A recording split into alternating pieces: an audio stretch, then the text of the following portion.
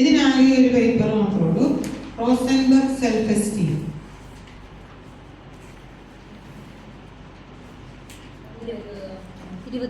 Page.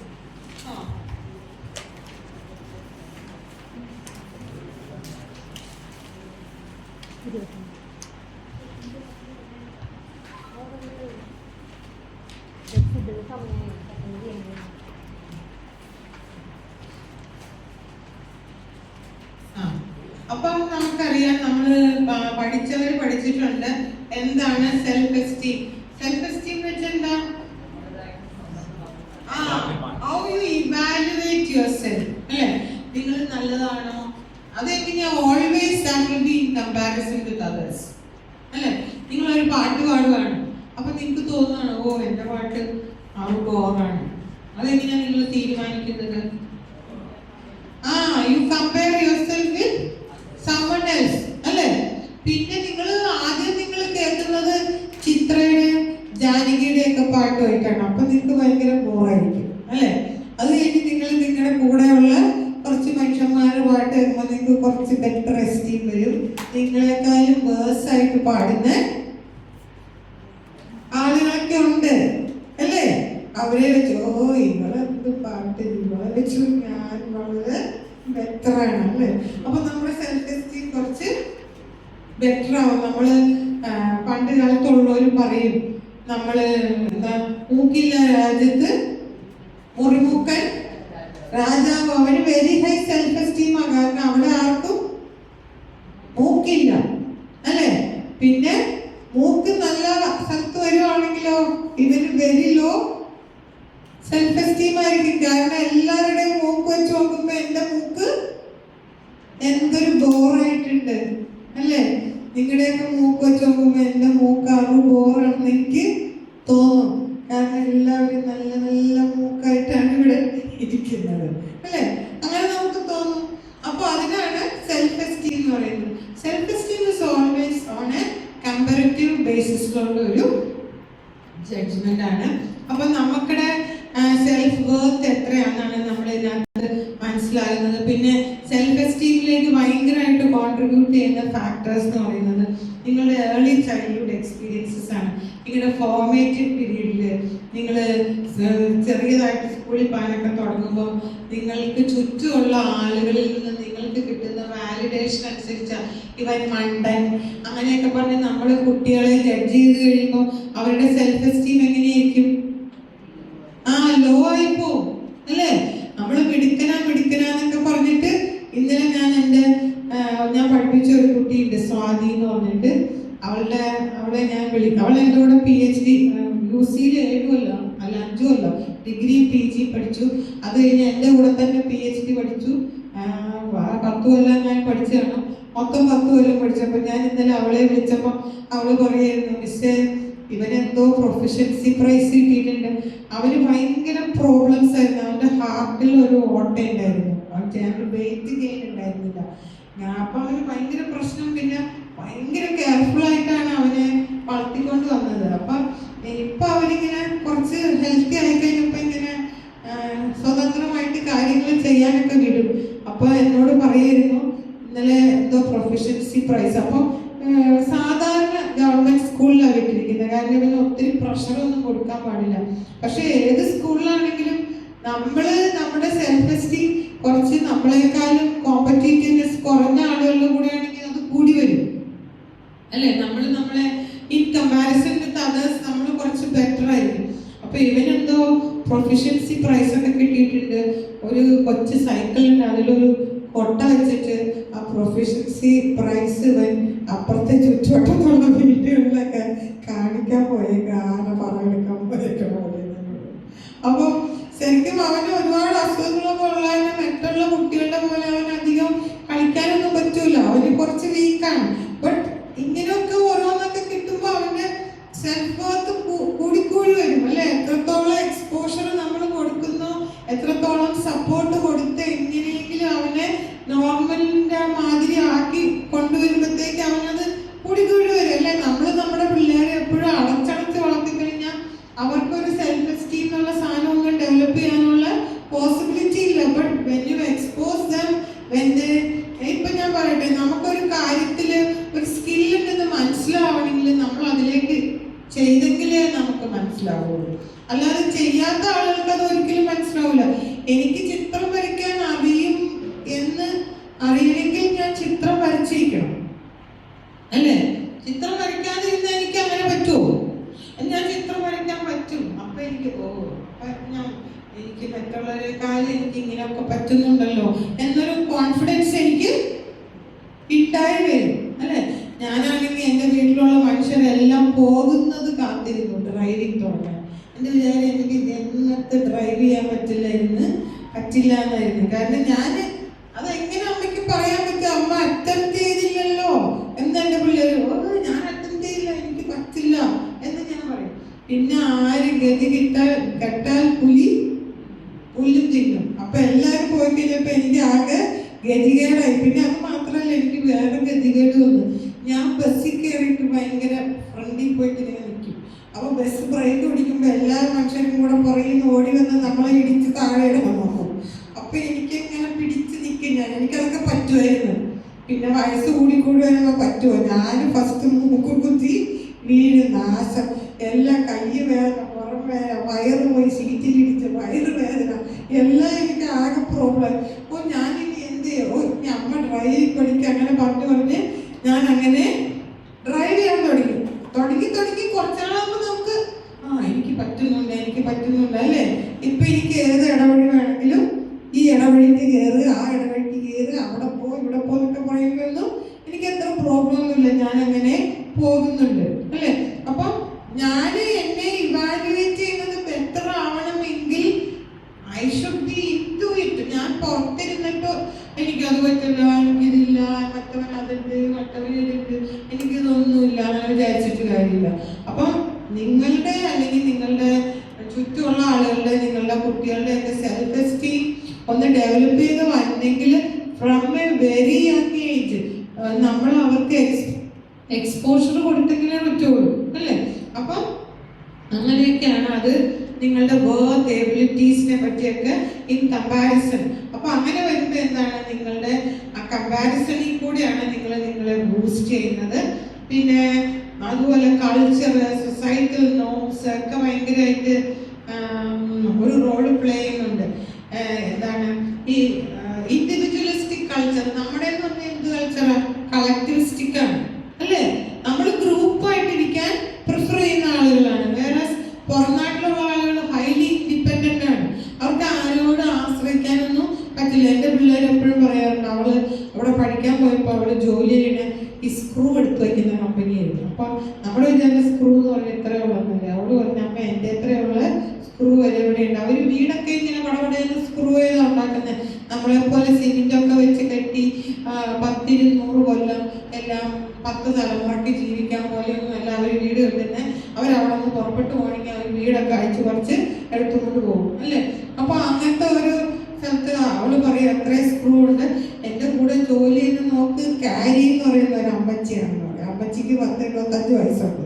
അപ്പൊ ഇവള് പറയും, ഇവള് പടപടാന്ന് എടുത്തു വെക്കും. ഇവള് ചെറുതല്ലേ, അമ്മച്ചി വാവോ ഓരോ സ്ക്രൂ ഒക്കെ അമ്മച്ചിക്ക് പറ്റിയ സ്ക്രൂ ആണ് അമ്മച്ചി എടുത്തു വെക്കേണ്ടത്. ബട്ട് എന്നാലും കുറച്ച് സ്ലോ, ക്ഷീണം എടുത്തുകൊണ്ട് വെച്ചിട്ട് മൂന്നൊക്കെ നിൽക്കും. അപ്പൊ പാവല്ലേ അമ്മേ, ഞാൻ കുറച്ച് എടുത്തു വെക്കാന്ന് വെച്ചാൽ ക്യാരി അമ്മച്ചി എന്നെ എടുക്കാൻ സമ്മതിക്കില്ല. ക്യാരി അമ്മച്ചി എന്ന് വിളിക്കാൻ പോലും സമ്മതിക്കില്ല. Miss carry, call me miss carry, അങ്ങനെ അവര് പറയുന്നത്. അപ്പൊ അവള് പറയും ഞാൻ എടുത്തു വെക്കാൻ സഹായിക്കാന്ന് ഓർക്കുമ്പോ ഇവര് പറയുന്നു അങ്ങനെ ചെയ്യാൻ പാടില്ല, എന്റെ എബിലിറ്റി കുറയ്ക്കാനാണ് നീ ശ്രമിക്കുന്നത്. നമ്മളാണെങ്കിൽ എന്ത് വിചാരിക്കും, ഇവളങ്ങോട്ട് എടുത്തു വെച്ച് ഇവളെ കൊണ്ട് ഇനി നാളെ മുതൽ ഫുള്ള് എടുത്തു വെപ്പിച്ച് ഞാൻ കാശ് മേടിച്ചേക്കാൻ നമ്മള് വിചാരിക്കുള്ളൂ. പക്ഷെ അവരങ്ങനെയല്ല, ഭയങ്കര ഇൻഡിപെൻഡന്റ് ആയിട്ടുള്ള കൾച്ചറാണ്. ഈ ഓട്ടിസ്റ്റിക് അങ്ങനെയുള്ള കുട്ടികളാണെങ്കിലും അവർക്കെല്ലാം ട്രെയിനിങ് കൊടുത്ത് എല്ലാ കാര്യങ്ങളും അവർ സ്വയം ചെയ്യണം. കടയിൽ പോയി സാധനങ്ങൾ സ്വയം മേടിക്കണം, അല്ലേ? അപ്പൊ അവരുടെ ഇൻഡിപെൻഡൻസ് വെച്ചിട്ടാണ് അവരുടെ സെൽഫ് എസ്റ്റീം. അപ്പൊ ക്യാരി അമ്മച്ചി എന്തുകൊണ്ടാണ് എടുത്തു വെക്കാൻ സമ്മതിക്കാത്തത്? അതെടുത്ത് വേറൊരാൾ വെച്ച് കഴിഞ്ഞാൽ അമ്മച്ചിയുടെ സെൽഫ് എസ്റ്റീം കുറച്ച് ലോ ആവും, അല്ലേ? Independence, you depend on someone else, അങ്ങനെയാണ്. അപ്പൊ അവർക്ക് ലോ ആവും. അപ്പൊ കൾച്ചറും സോഷ്യൽ നോംസും എല്ലാം ഭയങ്കരമായിട്ടൊരു റോൾ പ്ലേ ചെയ്യുന്നുണ്ട്. Then your personality traits, coping strategies. Coping strategy എന്ന് വെച്ചാൽ how you deal with the situation. നിങ്ങൾക്കൊരു ഭയങ്കര വലിയൊരു ലൈഫിൽ ഒരു ട്രാജഡി വന്നു, നിങ്ങൾ എന്ത് ചെയ്യും? How will you cope with that? എന്നുള്ളത് that depends. ഓരോ മനുഷ്യനും അനുസരിച്ചിട്ടാണ്, അല്ലേ? എനിക്കൊരു പ്രഷർ വന്നു കഴിയുമ്പോൾ ഞാൻ അതിനോട് കോപ്പ് ചെയ്യുന്നത് ബൈ ബീങ് മോർ ഹ്യൂമറസ് ആണ്. എനിക്ക് ഭയങ്കര ടെൻഷനാണെങ്കിൽ ഫുള്ള് കോമഡി ആയിരിക്കും. ടെൻഷൻ കുറയുന്നതിനനുസരിച്ച് കോമഡി കുറഞ്ഞു വരും. അപ്പൊ ഞാൻ യൂസ് ചെയ്യുന്നത് ഹ്യൂമർ ആസ് കോപ്പിംഗ് ആണ്. ഹ്യൂമറിനെ ഞാൻ കോപ്പിംഗ് സ്ട്രാറ്റജി ആയിട്ട് യൂസ് ചെയ്യും. പിന്നെ ഞാൻ പറഞ്ഞില്ലേ, നമ്മൾ ഒരുപാട് സ്ട്രാറ്റജീസ് യൂസ് ചെയ്യും. എനിക്കൊന്ന് ടെൻഷൻ വന്നു കഴിഞ്ഞാൽ ഉടനെ ഞാൻ ഇക്കത്തിറങ്ങി, എനിക്ക് ഒരുപാട് ചെടികളുണ്ട്, ഉടനെ ചെടികളെയൊക്കെ പരിപാലിക്കാൻ തുടങ്ങും. പിന്നെ അതിനെ നോക്കി അത് അങ്ങോട്ട് എടുത്ത് വെച്ചത് അപ്പൊ എന്നെ ഞാൻ ഡിസ്ട്രാക്ട് ചെയ്തു. എൻ്റെ ചിന്തകളൊക്കെ മാറി. ഇതിനിപ്പോ നല്ല വളർച്ചയുണ്ടോ, അയ്യോ എന്ത് രസമായിട്ട് എന്തോരം പൂവാ, അപ്പൊ എൻ്റെ വീട്ടിൽ ഫുള്ള് പൂവാ, പുകയില്ല, അങ്ങനെ പൂത്തുലഞ്ഞ് നിൽക്കുക. ഫ്രണ്ടിൽ വെക്കാൻ പറ്റില്ല, വെയിലില്ല, അതുകൊണ്ട് ഫുള്ള് ബാക്ക് സൈഡില്ല. എല്ലാവരും എന്നോട് ചെടി എന്തിനാ അവിടെ കൊണ്ട് ഒളിപ്പിച്ച് വെച്ചത്? ഞാൻ ഒളിപ്പിച്ച് വെച്ചതല്ല, ഞാൻ എവിടെയാണോ വെയിൽ ചട്ടിയായിട്ട് അതിൻ്റെ പുറകെ ഓടിക്കൊണ്ടിരിക്കുകയാണ്. സൂര്യൻ മാറുന്നതിനനുസരിച്ച് ഞാൻ ചട്ടി മാറ്റിക്കൊണ്ടിരിക്കും. ഓരോ ചെടിക്കും ഓരോ എൻവയോൺമെന്റ് ആണല്ലോ, അതിനനുസരിച്ച് ഞാൻ മാറ്റും. എന്നിട്ട് പറയും എനിക്ക് നടുവേദനയാണ്, എനിക്ക് അടിച്ചിരിക്കാൻ മേല, തിരിയാൻ മേല എന്നൊക്കെ ഞാൻ പറയും. ഞാൻ ഇങ്ങനെയൊക്കെ ചെയ്യുന്നതുകൊണ്ടാണ് എനിക്ക് തന്നെ അറിയാം. ബട്ട് സ്റ്റിൽ എനിക്കതിനെ കൺട്രോൾ ചെയ്യാൻ പറ്റില്ല, കാരണം എനിക്കതിങ്ങനെ അറിഞ്ഞ് പൂത്ത് നിൽക്കണം ഏത് സമയം. അപ്പോൾ ഞാൻ എൻ്റെ ഒരു ടെൻഷൻ വരുമ്പോൾ അല്ലെങ്കിൽ എനിക്ക് എന്തെങ്കിലും ഒരു പ്രോബ്ലം ഉണ്ടെങ്കിൽ ഞാൻ അതിനെ കോപ്പ് ചെയ്യുന്ന ഇങ്ങനെയൊക്കെയാണ്, അല്ലേ? ഇനി എന്നിട്ടും മതിയായില്ലെങ്കിലാണ് ഡാൻസ് കളിക്കാൻ, പാട്ട് പാടാൻ എല്ലാ സ്ഥലത്തും പോയിക്കൊണ്ടിരിക്കും, അല്ലേ? So that I cope with my problems, അല്ലേ? പ്രോബ്ലം ഇല്ലാത്ത, സ്ട്രെസ് ഇല്ലാത്ത മനുഷ്യന്മാരുണ്ടോ? ഇല്ല, അല്ലേ? എല്ലാ മനുഷ്യർക്കും ആണ്. നമ്മൾ വിചാരിക്കും നമുക്ക് മാത്രമേ ഇങ്ങനത്തെ പ്രോബ്ലം. ഒരു വിധത്തിൽ അല്ലെങ്കിൽ വേറൊരു വിധത്തിലുള്ള പ്രശ്നങ്ങൾ എല്ലാ മനുഷ്യർക്കും ഉണ്ട്. ഇനി ആ മനുഷ്യന്റെ success is determined by the way you cope with it, അല്ലേ? അപ്പൊ പോസിറ്റീവ് ആയിട്ടുള്ള കോപ്പിംഗ് സ്ട്രാറ്റജീസ് നിങ്ങൾ യൂസ് ചെയ്യുകയാണെങ്കിൽ definitely you will be successful. അല്ലെങ്കിൽ എന്ത് സംഭവിക്കും? നെഗറ്റീവായി നിങ്ങളുടെ സെൽഫ് എസ്റ്റീം ഒക്കെ തീരെ കുറഞ്ഞ് നിങ്ങൾ അങ്ങനെ പ്രശ്നത്തിലേക്ക് പോകുമ്പോൾ പോസിറ്റീവായിട്ടുള്ള കോപ്പിംഗ് സ്ട്രാറ്റജീസ് ഉള്ള ആള് പ്രോബ്ലം സോൾവ് ചെയ്ത് he learns how to deal with things, അങ്ങനെ എല്ലാം പഠിച്ച് അവരുടെ സെൽഫ് എസ്റ്റീമിനെ ബൂസ്റ്റ് ചെയ്യാം. അപ്പൊ നമുക്കറിയാം പോസിറ്റീവ് സെൽഫ് ടോക്ക് വഴി. ഇങ്ങനെ സെൽഫ് ടോക്ക് നിങ്ങൾ ചെയ്യാറുണ്ടോ? Do you talk to yourself? ഉറക്കെയാണോ പതുക്കെയാണോ? ഒറ്റയ്ക്കാണെങ്കിൽ നമ്മൾ ഉറക്കെ സംസാരിക്കും, അല്ലേ? ആരും ഇല്ലെങ്കിൽ നമ്മൾ നമ്മളോട് തന്നെ ഉറക്കെ സംസാരിക്കും. ആരെങ്കിലും ഉണ്ടെങ്കിലോ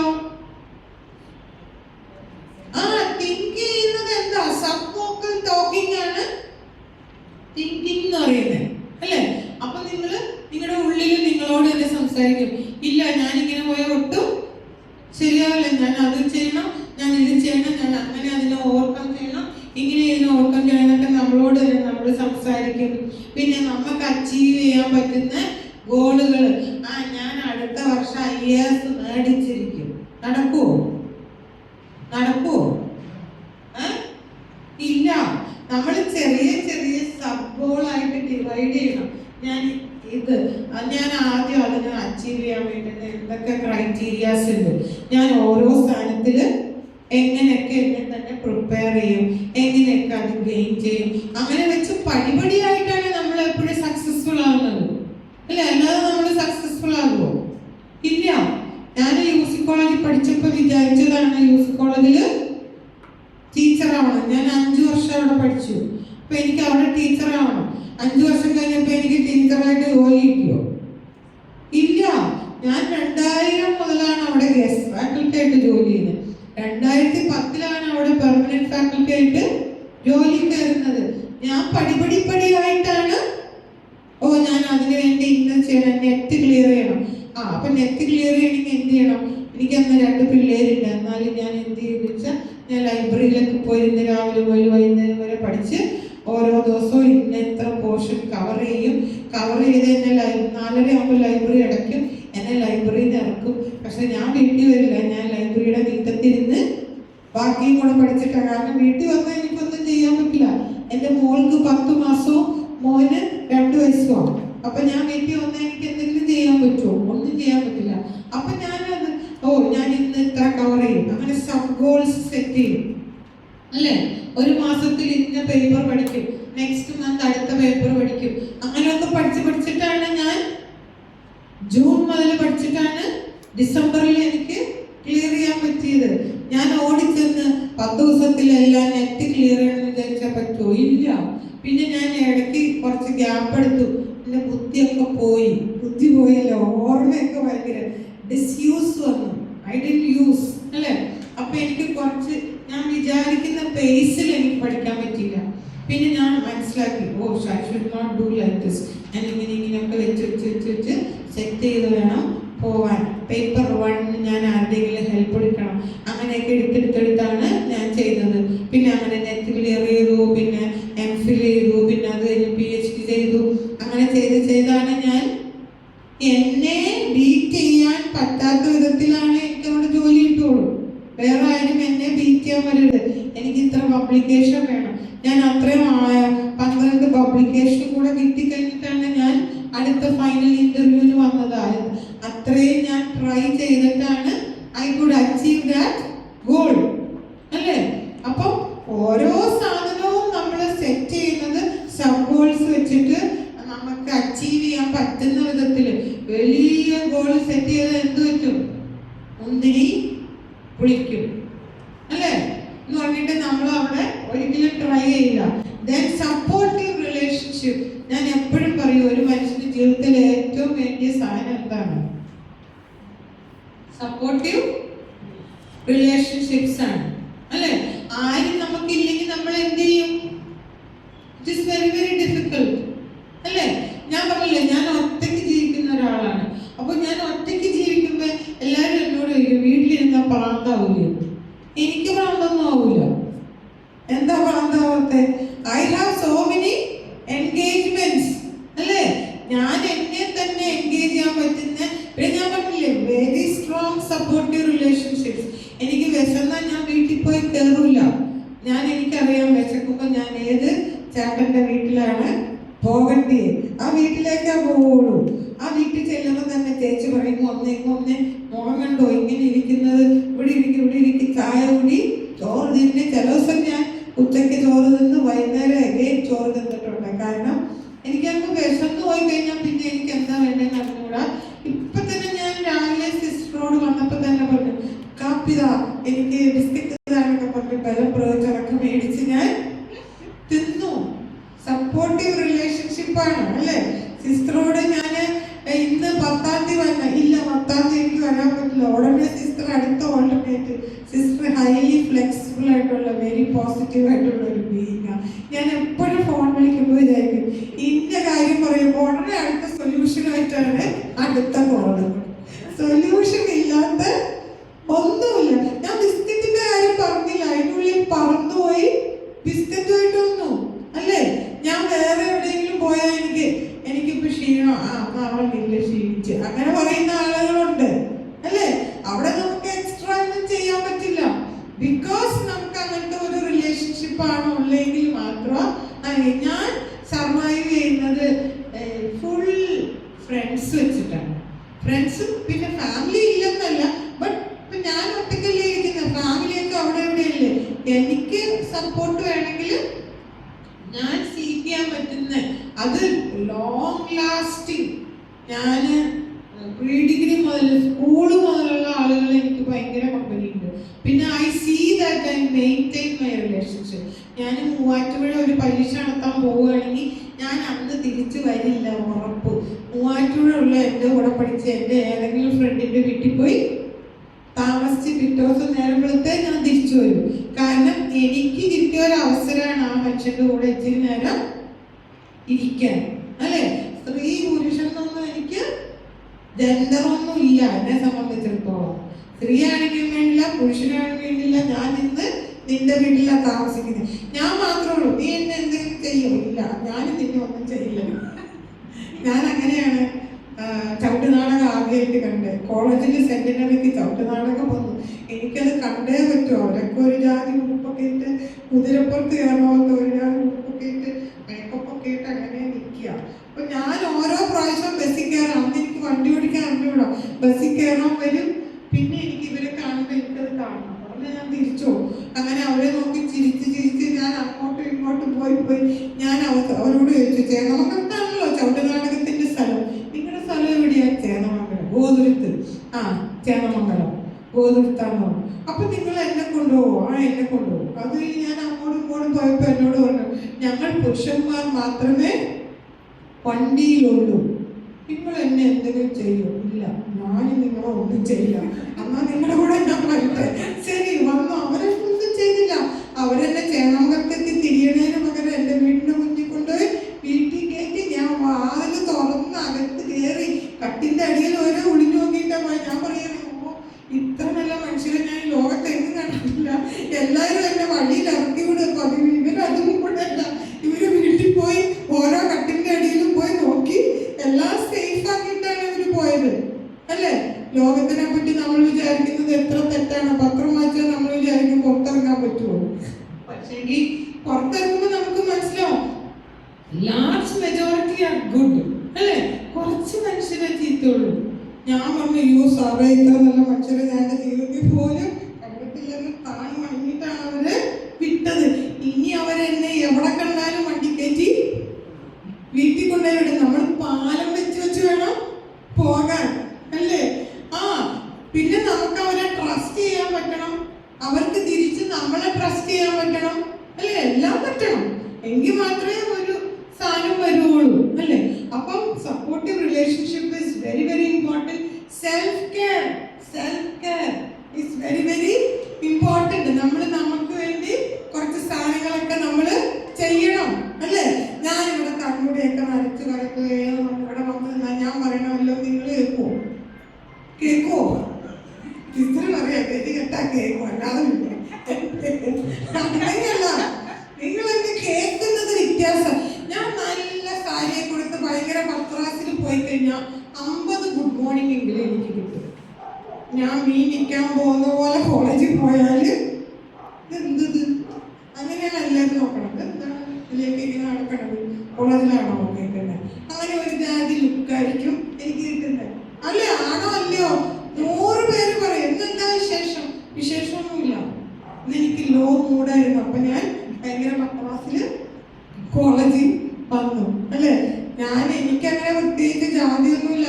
ഓരോ ജാതിയായിട്ടായിരിക്കും ഓരോ ദിവസം പോകുന്നത്. സെന്റ് സേവിയേഴ്സിൽ ഞാൻ പോയപ്പോ ഒരു ടോക്കിന് പോയി, വിമൻ എംപവർമെന്റിന്റെ ടീച്ചേഴ്സിന് വേണ്ടി. അപ്പൊ എന്താണെന്നറിയാം, അവിടെ എത്നിക് ഡേ. ഓരോ ടീച്ചർമാരൊക്കെ ഓരോ വേഷത്തിലാണ്. നോർത്ത് ഇന്ത്യൻ, അങ്ങനെ പലതരം സ്റ്റൈലിൽ. എനിക്ക് ഭയങ്കരമായിട്ട് ഇഷ്ടപ്പെട്ടു. എല്ലാ എത്നിക് ഡേയിലും ഞാനിവിടെ വരാമെന്ന് ഞാൻ അവരോട് പറഞ്ഞു. എനിക്കിങ്ങനെ നല്ല രസമായിട്ട് ഉടുപ്പൊക്കെ ഇട്ട് പിള്ളേരൊക്കെ വരുന്നത് എനിക്ക് എന്തൊരു ഇഷ്ടമാണെന്നറിയും. ഇന്നലെ ഫെയർവെല്ലായിരുന്നു, അതുകൊണ്ട് എല്ലാം നല്ല രസത്തിലുള്ള ഉടുപ്പൊക്കെ ഇട്ട് എന്ത് രസമായിട്ടാണ്. ഞാൻ പറയുന്നത്, എനിക്ക് ഇവിടെ വന്നപ്പോൾ തന്നെ ഭയങ്കര സന്തോഷമായി. ഇന്നലെ എന്ത് പറ്റിയെന്ന് വെച്ചാൽ മാനേജർ വന്നില്ല. അപ്പൊ സ്റ്റാഫ് അസോസിയേഷൻ സെക്രട്ടറി ഞാൻ വെറുതെ അമ്മാദിച്ച് വന്നതായിരുന്നു. അപ്പൊ എന്നോട് പറഞ്ഞ് സ്റ്റേജിൽ കയറിയിരിക്കാം. സ്റ്റേജിൽ കയറിയിരിക്കാൻ വേണ്ടി നമുക്ക് പേടിയാവും. അല്ലേ? അവർ പറഞ്ഞ് സ്റ്റേജിൽ ഇരുന്നാൽ മാത്രം മതി, ലക്ഷണം പറഞ്ഞിട്ടുണ്ടോ, വെറുതെ അവിടെ ഉണ്ടാവണം. ഓക്കെ, ഞാൻ സമ്മതിച്ച് സ്റ്റേജിൽ കയറിയിരുന്നപ്പോൾ എനിക്ക് ഭയങ്കര സന്തോഷമായി. എല്ലാവരും നല്ല ഉടുപ്പൊക്കെ ഇട്ട് നമ്മൾ അവിടെ നിന്ന് ഇവിടെ ഇരിക്കുമ്പോൾ നമുക്ക് ആരെയും കാണാൻ പറ്റില്ല. ഇവിടെ നോക്കുമ്പോൾ എല്ലാം നല്ല പിള്ളേരൊക്കെ നല്ല ഒരുങ്ങി സുന്ദരികളായി, ചെറുക്കന്മാരൊക്കെ പതിവിന് വിപരീതമായി കുട്ടി നിക്കറൊക്കെ ഇട്ട് വേണ്ട ജന്തുക്കളൊക്കെ നല്ല ഷർട്ടൊക്കെ ഇൻ ചെയ്ത് നല്ല ഹാൻഡ്സം. ഞാൻ പോയ വഴിക്ക് തന്നെ എല്ലാവരും അപ്രീഷിയേറ്റ് ചെയ്തു. എന്തൊരു സുന്ദരി അങ്ങനെ പറഞ്ഞാൽ ഞാൻ ചേർന്നത്. മോളിൽ കയറി ഇരുന്ന് കഴിഞ്ഞപ്പോൾ എനിക്ക് താങ്ങാൻ പോലും പറ്റാനുള്ള. പിന്നെ എനിക്ക് 2 വാക്ക് സംസാരിച്ചിരിക്കും. അങ്ങനെ സംസാരിക്കണ്ടെന്ന് പറഞ്ഞ് ഞാൻ 5-10 മിനിറ്റ് കോര സംസാരിച്ചു. ഇങ്ങനെയൊക്കെ ഇരിക്കണം കാണുമ്പോൾ എനിക്കാണെങ്കിൽ ഇളകി മാറിയിട്ട് എനിക്ക് എന്നാ വേണ്ടതെന്ന് എനിക്ക് പോലും അറിഞ്ഞുകൂടാത്ത എക്സൈറ്റ്മെന്റ് ആയിരുന്നു. അല്ലേ? നമുക്കെപ്പോഴും അങ്ങനെയല്ലേ? You want to see others very pleasant, very നല്ലതായിട്ടിരിക്കണം എന്നാണ് നമുക്ക് കാണാൻ ഇഷ്ടം. അപ്പൊ മറ്റുള്ളവർക്ക് നമ്മളെയും അങ്ങനെ തന്നെയാണ് ഇഷ്ടം, അല്ലേ? അത് നമ്മൾ മനസ്സിലാക്കണം. എപ്പോഴും നമ്മൾ സെൽഫ് കെയറിന് നല്ല പ്രാധാന്യം കൊടുക്കണം. ഇനി എല്ലാ സാധനവും ഫെയിൽ ആയെങ്കിൽ എന്ത് ചെയ്യണം? You should seek professional help, അല്ലേ? എല്ലാം ഇനി ഒന്നും നിങ്ങൾക്ക് ഒന്നും ചെയ്യാൻ പറ്റില്ല, നിങ്ങൾ എന്ത് ചെയ്യണം? ഡെഫിനറ്റ്ലി നിങ്ങൾ ഒന്നും മടിച്ചിരിക്കരുത്. നിങ്ങൾ ഉടനെ പ്രൊഫഷണൽ ഹെൽപ്പ് സീക്ക് ചെയ്യുക. നമ്മൾ എങ്ങനെയൊക്കെയാണ് ഒരുപാട് prevalence of depression is increasing at a very high pace. നമ്മൾ നോർമൽ എന്ന് വിചാരിക്കുന്നവർക്ക് ഒരുപാട് പേർക്കുണ്ട്. വെറുതെ ഇരിക്കുമ്പോൾ സങ്കടം വരിക, ആവശ്യമില്ലാതെ കരയുക, അങ്ങനെ ഒരുപാട് സാധനങ്ങളുണ്ട്. ചെറിയ ചെറിയ പൊടിക്കൈകളൊക്കെ നമ്മൾ ഉപയോഗിച്ച് ഒന്ന് വർക്കൗട്ട് ആയെങ്കിൽ നമ്മൾ എന്ത് ചെയ്യണം? You should definitely seek professional help, അല്ലേ? അങ്ങനെയൊക്കെ നമ്മുടെ സെൽഫ് എസ്റ്റീമിനെ നല്ലതായിട്ട് ഇൻക്രീസ് ചെയ്യാവുന്നതാണ്. അപ്പൊ ഇതിനകത്ത് ഓൺലി 10 സ്റ്റേറ്റ്മെന്റ്സ്. റോസൻബർഗിന്റെ സെൽഫ് എസ്റ്റീമിൽ 10 സ്റ്റേറ്റ്മെന്റ്സ് ഉള്ളൂ. പിള്ളേർക്ക്, ടീനേജ് പിള്ളേരൊക്കെ ഉണ്ടെങ്കിൽ അവർക്കൊക്കെ നിങ്ങൾ വീട്ടിൽ പോയി കൊടുക്കുകയാണെങ്കിൽ നിങ്ങൾക്ക് അവരുടെ സെൽഫ് എസ്റ്റീം മനസ്സിലാക്കാൻ പറ്റും. ഇതുപോലെ തന്നെ താഴെ കൃത്യം കൊടുത്തിട്ടുണ്ട്. Strongly agree, agree, disagree, strongly disagree. 4 കൊടുത്തിട്ടുണ്ട്. Items 2, 5, 6, 8, 9 are reverse code. അപ്പൊ ഏതൊക്കെയാ? 2, 5, 6, 8, 9. അതിനെ മാർക്ക് ചെയ്യുക, ടിക്കറ്റ് വയ്ക്കുക. ഇതിന്റെ സ്കോറിംഗ് ഇതിൽ തന്നെ കൊടുത്തിട്ടുണ്ട്. വേറെ എവിടെ നിന്നും നിങ്ങൾ എടുക്കണ്ട, ഇതിന്റെ താഴെ തന്നെ കൊടുത്തിട്ടുണ്ട്. 2, 5, 6, 8, 9. സ്ട്രോങ്ലി ഡിസഗ്രിക്ക് 1 മാർക്ക്, ഡിസഗ്രിക്ക് 2 മാർക്ക്, എഗ്രിക്ക് 3 മാർക്ക്, സ്ട്രോങ്ലി എഗ്രിക്ക് 4. അങ്ങനെ കൊടുക്കുക. പിന്നെ മറ്റുള്ള ഐറ്റംസ് എന്ത് ചെയ്യണം? 1, 2, 3, 4, 5 ആണ് റിവേഴ്സ് സ്കോറിംഗ്. അപ്പൊ നോർമൽ സ്കോറിംഗ് എങ്ങനെയാ? 5, 4, 3, 2, 1. അപ്പൊ ഈ ഐറ്റത്തിൽ ഒഴിച്ച് ബാക്കി എല്ലാത്തിനും 5, 4, 3, 2, 1 കൊടുക്കുക. എന്നിട്ട് എന്താണ്? ഓൾ 10 ഐറ്റംസിന്റെ സ്കോറുകൾ സൈഡിലെ ഓരോന്നിന്റെ സ്കോർ എഴുതി പോവുക, ടോട്ടൽ ചെയ്യുക. Higher scores indicate higher self esteem. നിങ്ങൾക്ക് ഹൈ സ്കോറാ കിട്ടണമെങ്കിൽ അതിന്റെ അർത്ഥം നിങ്ങൾക്ക് നല്ല സെൽഫ് എസ്റ്റീം ഉണ്ടെന്നാണ്. അപ്പൊ നിങ്ങൾ എപ്പോഴും വേറൊരാൾക്ക് കൊടുത്ത് നിങ്ങൾ ഇത് ചെയ്യുക. കാരണം വേറൊരാൾക്കാണ് നമ്മൾ കൊടുക്കേണ്ടത്. If at all you want to know about your self esteem, നിങ്ങൾക്ക് ചെയ്ത് നോക്കാം. നിങ്ങൾക്കൊരു ഫീഡ്ബാക്ക് ആണ്, നിങ്ങളെ പറ്റി ഒരു അവയർനെസ് നിങ്ങൾക്ക് വരും. അപ്പൊ ഇതിൻ്റെ അകത്ത് ഡിസ്കഷൻ പറയുന്നുണ്ട്. റോസൻബർഗിന്റെ സെൽഫ് എസ്റ്റീം സ്കോർ എത്രയാണ്, പിന്നെ അതിന്റെ ഡിസ്കഷൻ അതിനകത്ത് പറയുന്നുണ്ട്. ഹൈ സെൽഫ് എസ്റ്റീം ആണെങ്കിൽ എങ്ങനെയാണ്, മോഡറേറ്റ് സെൽഫ് എസ്റ്റീം ആണെങ്കിൽ എങ്ങനെയാണ്, ലോ സെൽഫ് എസ്റ്റീം ആണെങ്കിൽ എങ്ങനെയാണെന്ന് ഡിസ്കഷൻ അതിൽ എഴുതിയിട്ടുണ്ട്. കൺക്ലൂഷൻ എഴുതിയിട്ടുണ്ട്. Your participant is having high self esteem. അതാണ് കൺക്ലൂഷൻ എഴുതേണ്ടത്. മനസ്സിലായോ?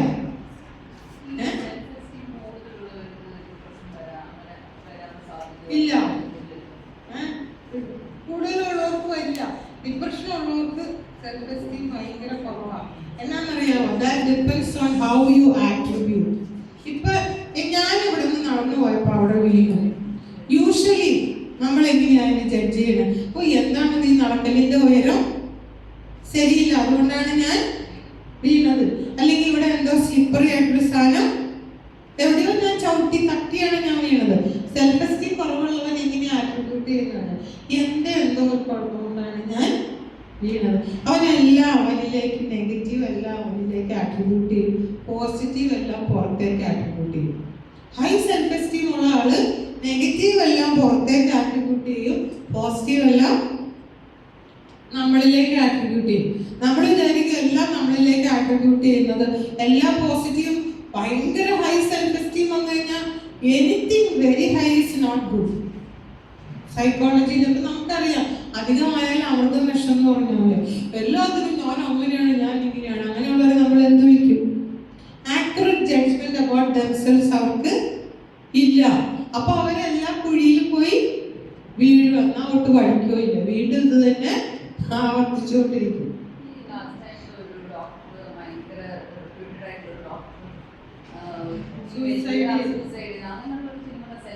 അതല്ലല്ലോ, ഡോക്ടർക്ക് കുറെ വയസ്സൊക്കെ ഇല്ലേ, maybe he would have gone into depression.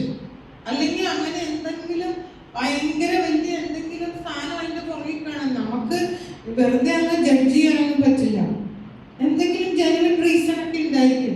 പക്ഷെ എത്ര ജെനുവിൻ റീസൺ ആണെങ്കിലും സാധാരണ ഒരു ബീങ് മരിക്കാൻ തീരുമാനിക്കില്ല. തീരുമാനിക്കോ? ഇല്ല. അപ്പൊ അവർക്ക് എന്തെങ്കിലും ഭയങ്കരമായിട്ട് ഒരു എന്തെങ്കിലും പ്രോബ്ലംസ് ഒക്കെ ഉണ്ടായിരുന്നതാണ്. അപ്പൊ നമുക്ക് പോസ്റ്റ്പാർട്ടം ഡിപ്രഷൻ ഉണ്ട്. നമുക്കൊരു ഡിപ്രഷൻ ഒന്നും ഇല്ലാത്ത ആളായിരിക്കും, ബട്ട് ഡെലിവറിയോട് കണക്റ്റഡ് ആയിട്ട് ഡിപ്രഷൻ വരുന്ന ഒരുപാട് ആളുകളുണ്ട്. ഭയങ്കര ഹൈ ആയിട്ടിരിക്കുന്ന ആളുകളായിരിക്കും.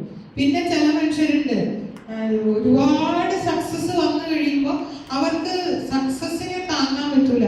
ഞാൻ എപ്പോഴും വിചാരിക്കും, ഇപ്പൊ എനിക്ക് വീട്ടിൽ ആരുമില്ല, എനിക്ക് നോ പറയാനോ എന്നോട് എനിക്ക് ഇങ്ങനെ സ്ട്രെസ് തരാനൊന്നും ആരുമില്ല.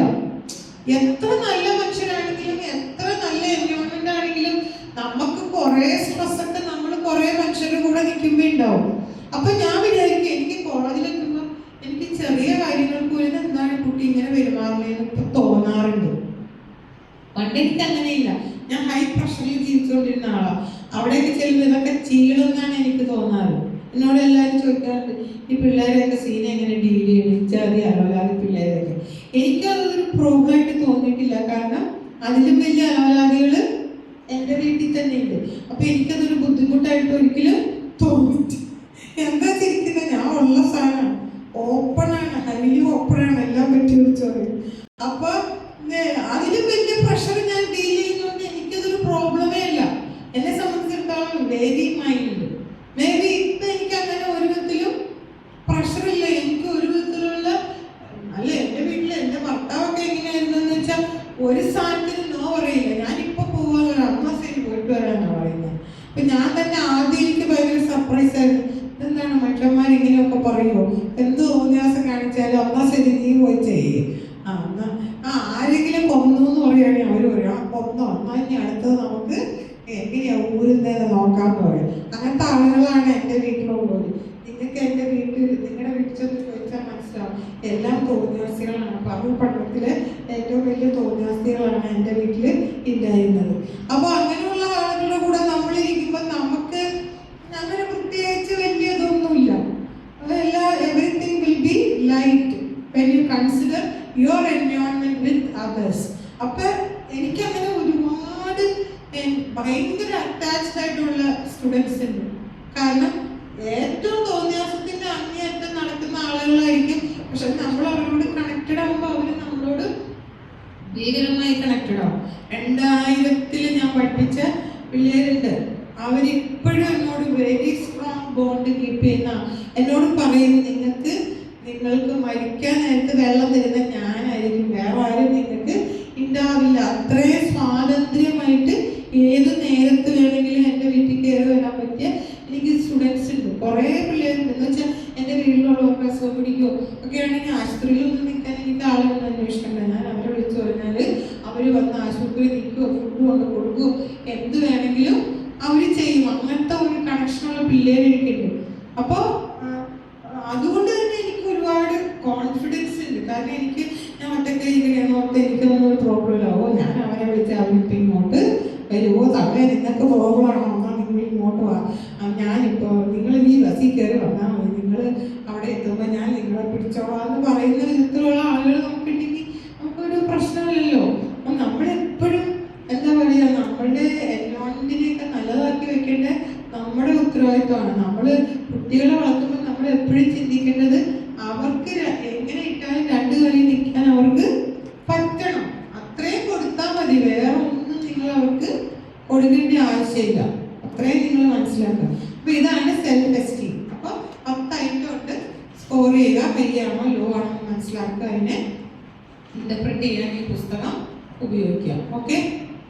ഇനി ഓരോന്നിലും നമ്മൾ customer same ആവണമെന്നുണ്ടോ?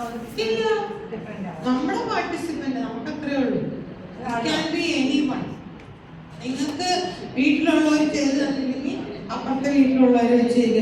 Only thing is that അവർ അഡൽട്ട് ആയിട്ട്, എന്നുവെച്ചാൽ നമ്മൾ അഡൽട്ട് സ്കെയിലാണ് യൂസ് ചെയ്യുന്നത്. ചിൽഡ്രൻ ആണെങ്കിൽ ചിൽഡ്രൻ സ്കെയിലുണ്ട്, അത് വേറെ കേട്ടോ. അപ്പൊ ഈ പിള്ളേർക്ക് ഇല്ല, ചെറിയ പിള്ളേർക്ക് കൊടുക്കണ്ട, വലിയ പിള്ളേർക്ക് കൊടുക്കാം. 18 ആണ് പറയുന്നത്. എന്നാലും അവർക്കൊക്കെ കൊടുക്കാം. 17, 18, +2, +1 പിള്ളേർക്കൊക്കെ കൊടുക്കാം. ഇനി ലഞ്ച് കഴിഞ്ഞിട്ട് നിങ്ങൾ ലഞ്ച് കൊണ്ടുവന്നില്ലേ?